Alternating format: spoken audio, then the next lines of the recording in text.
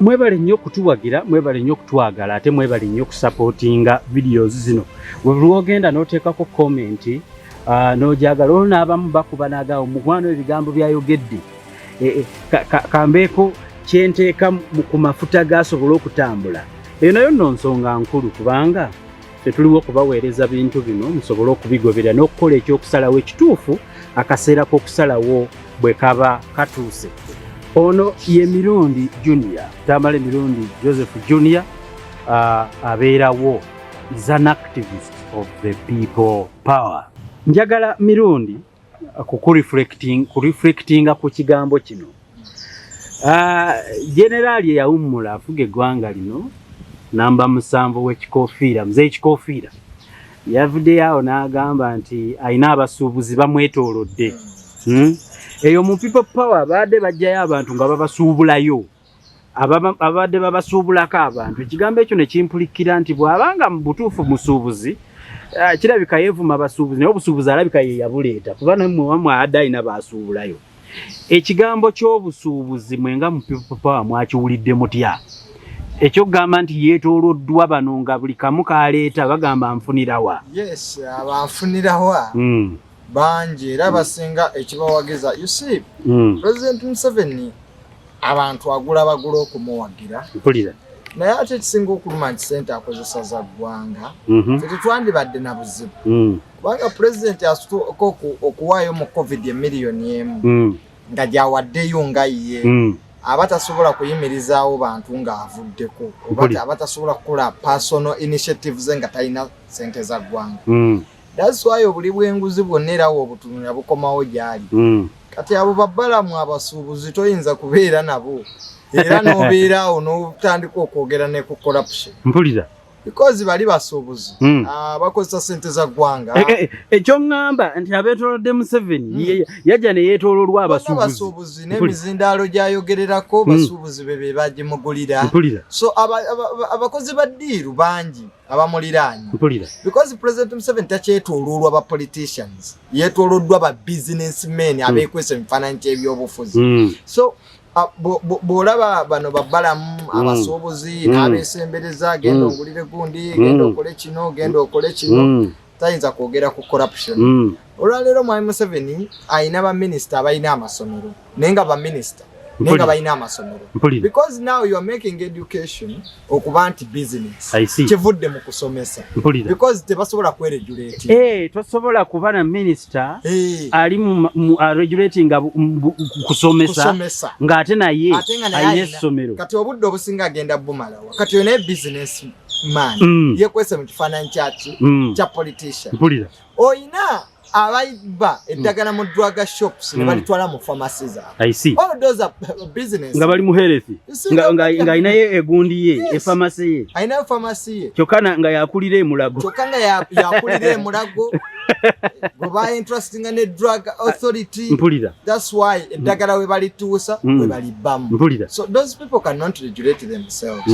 Oyina ba minister mu government yo abasuubula abaana ebweru nga makampuni agatwala abantu ebweru. Mpulira. Agaba minister n'abajje. So you think those people are going to regulate themselves? Kwa kati kyava mu government y'okwereza abantu ne kidda ku busuubuzi. It's now a business government. So ekifo kye bakuwadde okiraba mu kikyo ingenda okusuubula. Exactly. Ngenda kusuubula ki.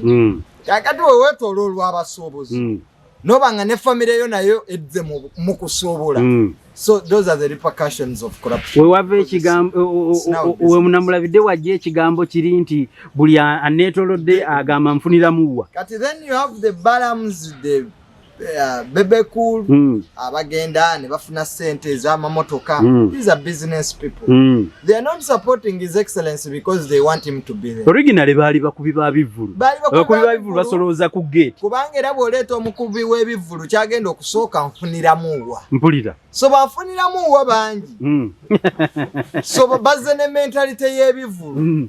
Mukola emirimu gya gavumenti nsuubudde ani olwaleero ani gwendeseeyo. So abantu bafuuse okuba nti kati balinganga watermelon nti bw'ogenda mu popo mu katale n'ogulayo gundi. So obusuubuzi tebukomyawo buli ne mu State House. Kwabe bamwetoolodde be bamutegeerera be bakola ki. So That's all I can take. Njagala okubuuza mirundi mu people power eyo gye muli abantu bagamba nti ne Ssenkagale wammwe aliyo Bobi Wine alina bingi naye tagaba. People power nayo ndowooza abasuubuzi bazze balina bye baagala okusuubulayo mwe mukikutte muti ewammwe. No, that's not true. That's not true that Bobi Wine ebintu byalina yabikolerera.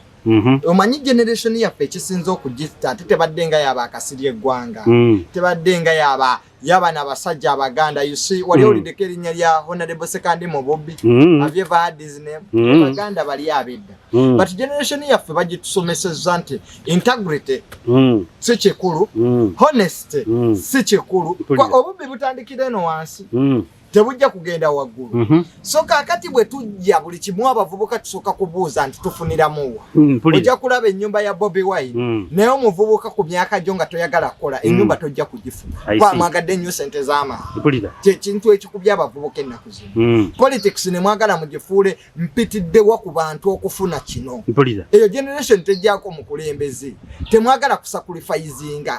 Njagala nange nzije bandabe bangule. But the people who are going to buy you are not here in the next 10 years. I see. Abavubuka tebagala kukola. Kintu kyokka ekizibu kye balina. And when they go to people power, they think that people power is a supermarket. I see. We are in a struggle. Basically yababuuzanga. Bankwata nange ne bansiba. Nenejjayo. Ate kati lwaki mugamba nze alina okubajjayo? Because tuli mu struggle buli omu alina okwejjayo. So I don't think that Bobi Wine buli kyayina yakikolerera. Era obulamu bwalimu yabukolerera yakuba ebidongo yakola ki. Tubadde tumulaba nga sente zazikola mu bwerufu. But tuzeemu abasuubuzi babbalamu abalowoozeseza abavubuka teoli wakutwale wamu Museveni olwo ebizibu byo biwedde. Wamma waliwo bano abasuubuzi abakimeeno n'asuubula ono n'atwala ono naye bo bafunirawa. Bo buli gwe batwala nga balina abasasula balina be bakolera. Ekyegeza Museveni talinayo muntu amukolera kintu kya free. Atalinayo kintu tekiriye kubanga naye mwennyini is a product of that. Is a product of that, Mr. Museveni. I see. Mr. Museveni waba ayogera ku corruption sente zagule mundu mu nsiko tazogerako. Where was that money coming from? Nga Museveni yali takola. Talina dduuka talina ki. He was also getting funds. Era yagamba munange yali mulunzi wa nte. Bwe atuvuma okusaka naye yali asaka. Because naye sente ezinonyanga bunoonyeza supporting ngobye. So yali musasi okushaka. So bw'owulira avumalira abasaka. So kyendowooza nti abavubuka balina okufuna mentality eyekolerera. Politics is not a career. Politics is a service. Mwami Museveni abamwetoolodde bennyini bakukuluma. Jeno Kasirye eggwanga afudde munyiivu abadde ayogera ku bintu ebiruma abantu. Ejjeno ku ddaala lye liwandisubidde nti abadde afuna buli kimu naye nga naye yeewuunya ebibadde bikolebwa mu gavumenti ebimu ate abadde strong supporter nnyo waki wa people power. So abavubuka balekerawo okulowooleza mu bintu ebyamangu. N'olaba omuyimbi DJ Michael neyebaza balamu nti bannange koze byakolanga ssente nga bibeera mu bakazi bizinwamu bunwe mwenge. And this is a good lesson to musicians. Abayimbi we bataave malala ne tubalaba nga bayiwa emyenge nga bakola ki naye nga ne ssente zaziika Moze Radio president yeyazireta. So music industry n'abavubuka ab'ekyasa kino you should appreciate what you have and work more. Njagala nnyo mirundi osinziiraawo singa nkedde ku makyanga nze simanyi people power. Biki ebintu marketing people power gyendi ngambe nti kanka kalonda people power bwoti ne bwoti ne bwoti. Specifically mwenga mwe people power package ya mweri etya kwe twalisinzidde okugamba nti katulonde people power mukaluwa akaddako. Tugenda kukomyawo enfuga y'amateeka. Ewatali Jeno kyali gonza kusanga wa traffic n'amukubolo yi. Nga bamutadde ku luguudo. Yena alivansinga nga bwayagala. Kubanga batwalwa na bajja kuba bagenza balina entitlement mu ggwanga lino. Abalowooza nti ne ggwanga baakola kyamaanyi nnyo okulwana ne bava mu ba freedom fighter ne bafuka ba mercenaries. People power byejja kubikomya because tugenda kudda ku nfuga y'amateeka. Tugenda kudda ku nfuga y'abalamuzi ewatali IGP wa police a serving IGP. Ne bamuyita n'aleeta bakifeesi bakitatu ne bawemula omulamuzi ne bavuma omulamuzi n'adduka. We are going to bring back a rule of law in this country. I see. Tugenda kola ku kyettaka. Ababba ettaka abali mu gavumenti abeekubira ebyapa mu Uganda Land Commission. Wano bamugemeire tujja mukomyawo nga akakiiko akatuufu kazze akatali kano akabano genda omugambe nga bwe nalaba Lukutana bwe yamugamba gandi hang even if you report me to the road genda wetuge ne bondope w'omutonzi wange wa president ye munafu nnyo yalabanga mukama we such statements a president munafu nnyo genda ndope wa Katonda ebyo mugenda bijjawo tugenda kubijjawo twagala obukiiko obubaddewo bukomewo bukole reviews ku mataka bukole reviews ku byapa ownership of land abali byemu n'abakola bajja already mu manya gaabo ati bajja kusibwa bate wajja kubawo omulamuzi gogenda kugula bonna bajja kudderuzira kubanga ebintu bye era bimala ne biddayo naye olw'ensonga nti abali mu government atebe bakwata atebe banoonyereza tokola nga twesanze mu kiseera bwekyo so we should go back to the rule of law notanga nga speaker atula ku sekeye NRM ate president ye national chairman w'ekibiina ate nosanga chief justice ya serving ko mu government nga minister eyo tebanga ko separation of power. I see. Parliament enokendera we have seen it okubeera n'obunene bwa parliament siko kola kwa Museveni talonda ba minister ku regional ku merit abalonda ku regional balancing. I see. You know akulo tayagala mukozi tayagala mukozi alonda yo oba ye mwebafu. How can this woman namugwanya eyali kansala ekibuga find himself to be a minister of Kampala nga tyasoma na urban planning? Katonda asitula abantu bino sibya kusitula bino bya merit mpulira Ochuli teri minister wa Kampala asobola organizing a city nga tyasoma urban development. Ebyo biri wano mu nsi yammwe. Nosanga minister kati namugwanya tosobola kujja mwana eriye wafeera akayi n'omutwalirawo mu Harvard. Makerere naye na orientation. Tose ku university. Tulinayo orientation week nga bakuyigiriza ne bona atambula ku street ze Kampala. Nosanga minister tebayina orientation. Nosanga MP nga we bamujjeno bwagenda aliko kuteesa petroleum lo yasoma petroleum. Waliwo abagula ennyonyi. So that's abasinga okulekana ku street. Tebayina na taxi. Bino ya abagula ennyonyi tebayina na taxi. Mpulira. Tusobola kwogera ku taxi industry olwaleero. Nga leadership ya Lord Mayor ojitadde okutaka but taxi owners toyogera nabo osalawo obusazi you see that and atabaleeta tandeka tubamanyi banene bazibu bakosa sente za muiwa musolo. So at the end of the day, you know, leadership is the problem in our country. So ongamba nti singa mba mukutte mu kintu people power mujja ku empowering ebifo ebyo bibeerenga bikola. This country must go back to intellectualism. The biggest noise makers on the streets was Sangamo Parliament. We have lost intellectualism. I see. And when we lose intellectualism, we shall lose the way. I see. Because at the end of the day, President Museveni, abava mu nsiko yabakolera akakodyo yamanya nti basomye n'abazza mu politics wa multi party obululu and most of them found themselves outside government. I see. Kwa bali tebayina bipapula bahajati mukwaya abakira bamangu baddayo abamu ne basoma abana ne bafuna constituency. But Dr. Chisekka yakola nabo. Why? Because they had experience. So mu generation eno Bobi Wine ekirungi kyayina ayina abasoma bayitirivu tosobola kuba na university 20 mu Uganda n'olowooza tajja kufuna bakola naye bati because abagezi tubaleka ne tulonda because of regional balancing akalulu k'omwakyoli nkagala yesireeta ono akolo to be the most senior rank not incompetent not because that person ayina obukugu obumala nosanga yinginiya ali mu kifo kikyamu nosanga ministry nojiwo omuntu nga tayina ne kyamanyi ku ministry eyo. Waliwo kyenjagala okubuuza mirundi omanyi bwe ntunulira Bobi Wine eyo gye muli eyo mulina kye mulimiriza Museveni nga nammwe ndaba kibakwatiramu. I have seen Bobi Wine, I have seen Nyanzi wanting ekifo kya Kampala. I have heard Ediawe. I have heard so many relatives wanting something before even you get anything.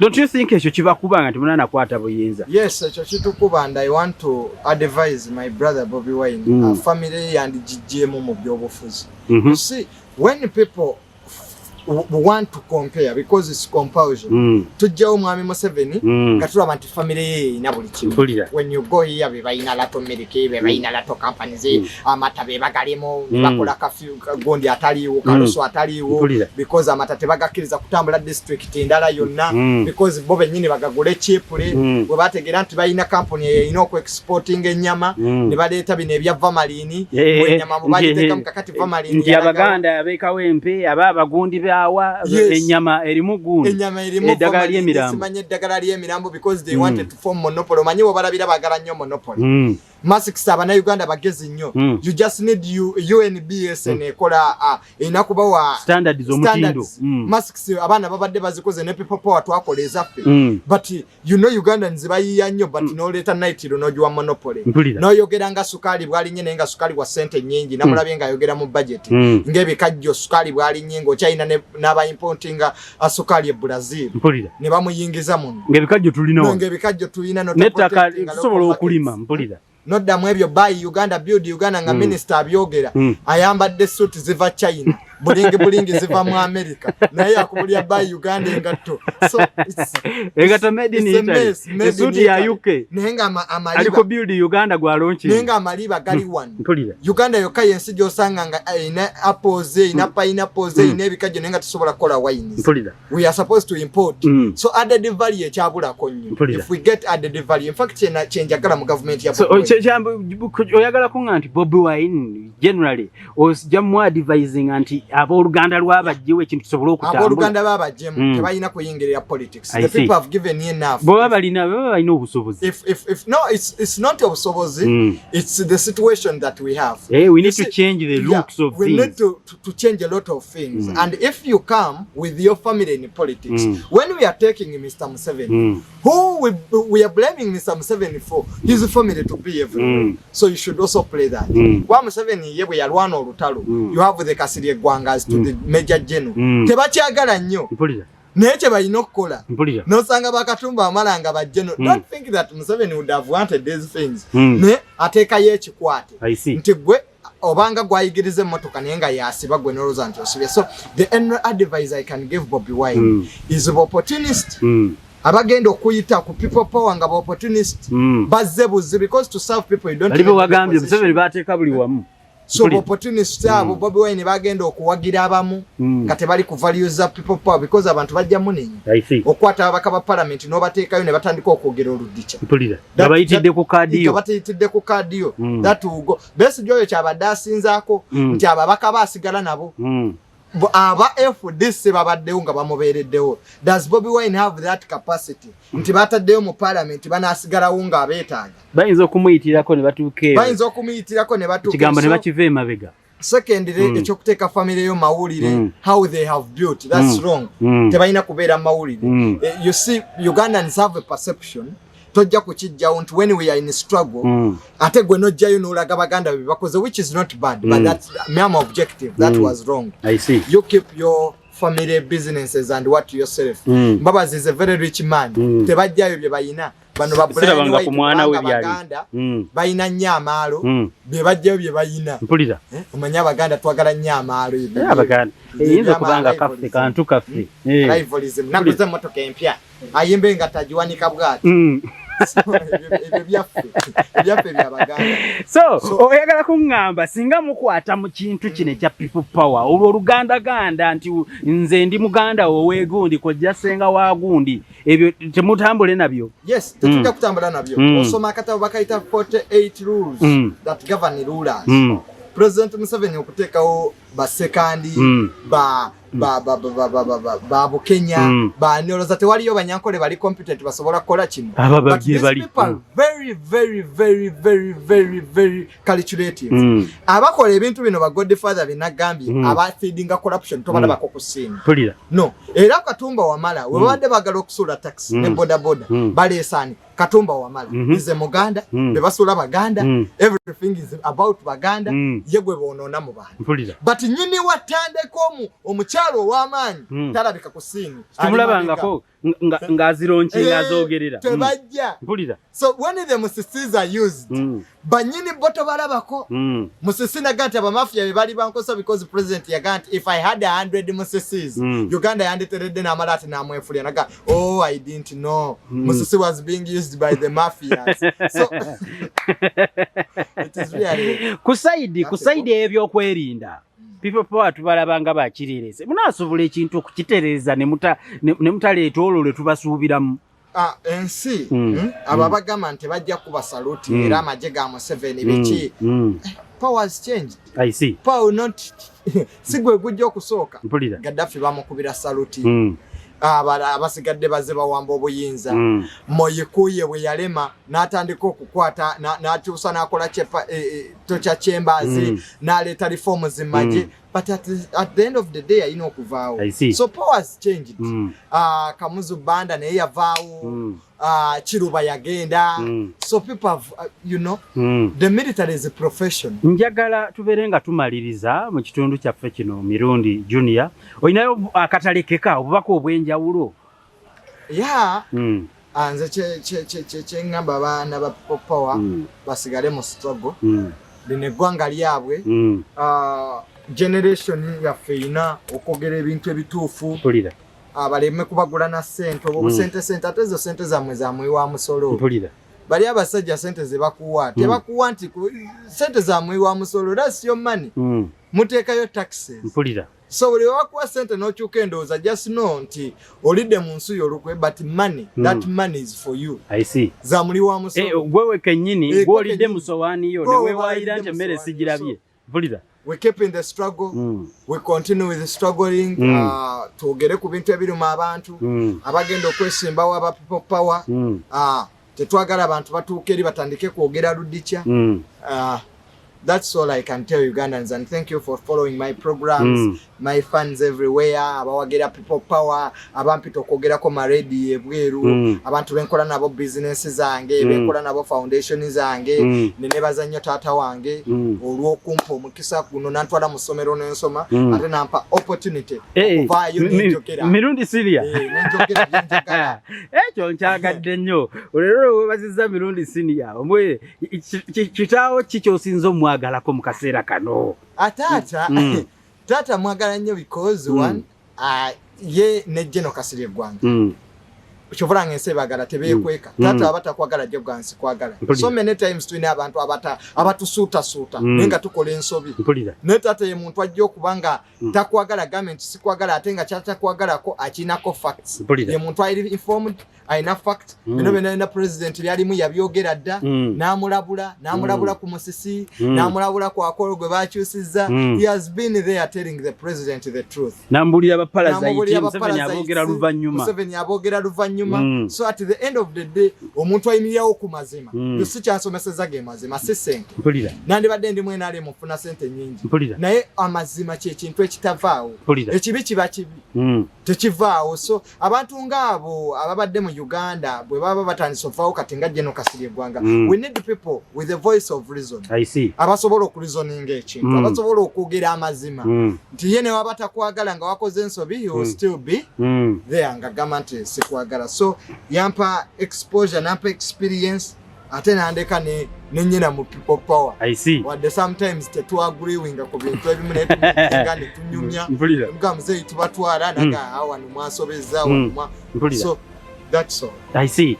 Okay, Mirundi Junior bwate bwabadde era tubeyanza nnyo abazzi batugoberera twakola video yaffe eri ne mujagala era ne mubeeranga mwongere okubanga muzisaasanya. He is a people power activist, one of the directors of Lift a Child Foundation. Abagala okubeera nti nno mugongera okubanga mutuwagira Mirundi omukutu guli ogwa Facebook saako ne enamba y'essimu girekera abo abaali agadde okusupportinga ku foundation. Bana bagadde okusupportinga ku foundation badde nirabidde ntumenya nnyo mwami ali mu Los Angeles. There is a man in Los Angeles gedegeddeko naye webale nnyo and all the people abagala okusupportinga abagala okutubulira advice.